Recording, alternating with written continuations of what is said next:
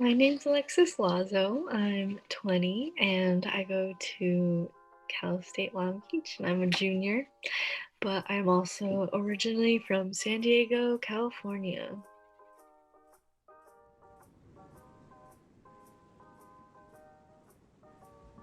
Well, the first time I saw surfing was probably on TV when I watched Lilo and Stitch, but the first time I actually saw surfing in real life was when my older sister took me to the beach when I was 5, and she was a surfer. She surfed all the time, and I would just sit there in the sand and watch her because I couldn't do it.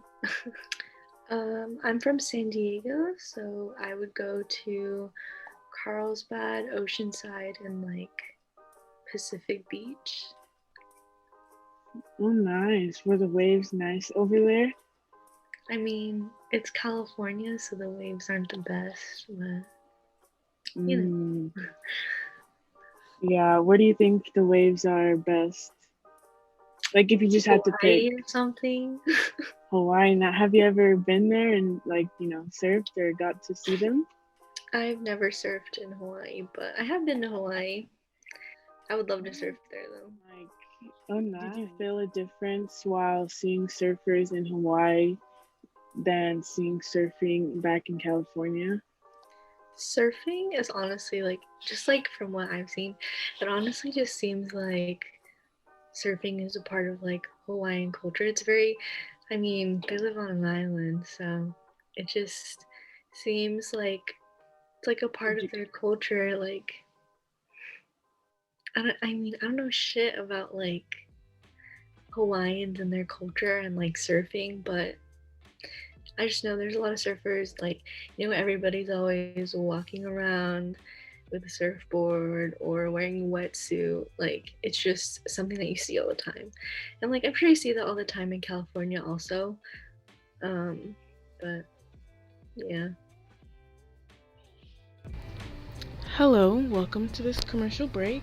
I'm your host, Tasia Morrow, the interviewer, and I will be talking about and breaking down the themes connected in the first part of this interview. So, in week 3, in one of our discussion posts, we really talked about how the difference between surfing as a hobby and being seen as a part of a culture. And I felt like when I asked the question of, if if she saw a difference between, surfing in Hawaii and California, Alexis really did make that connection of it really felt like it was more of a culture thing. It was more of part of a culture, very more not serious, but she said everybody's kind of always in their wetsuit, everybody's kind of always in, ready to surf mode, I guess. Not saying that everybody in Hawaii surfs, but per se it's a big part of a lot of people in Hawaii because of its history.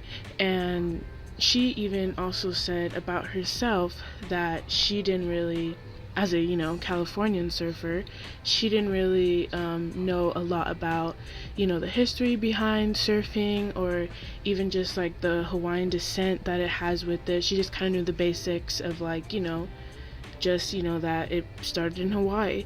But not saying that that's bad, but that is how a lot of people see and view surfing in California as more of a hobby than in Hawaii. It is more seen as a part of their culture, a part of their identity.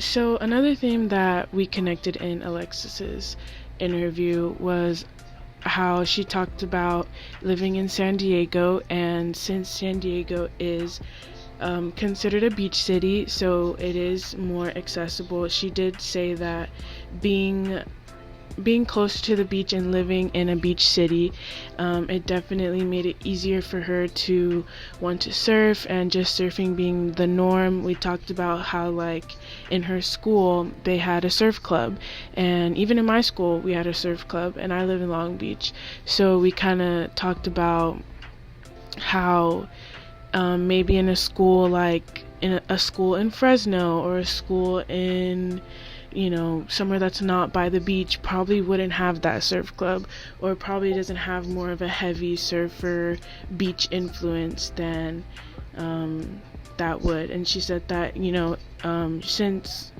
she didn't really live in San Diego her whole life, that what if her parents would have lived somewhere else and picked to live somewhere else, that she probably wouldn't have found a passion for it if it wasn't for living in a beach city. But she also did mention she also did mention that also doesn't mean that surfing doesn't also bring out something in you to make it happen. Like, if you truly do want to surf and you truly do felt like you have that moment of wanting to surf, and maybe you have had that opportunity to surf, that drive alone will get you to the water no matter what. Even no matter how far you are, that you'll still reach the water somehow. That's kind of like how her mindset was when she's either out not by a beach city, or just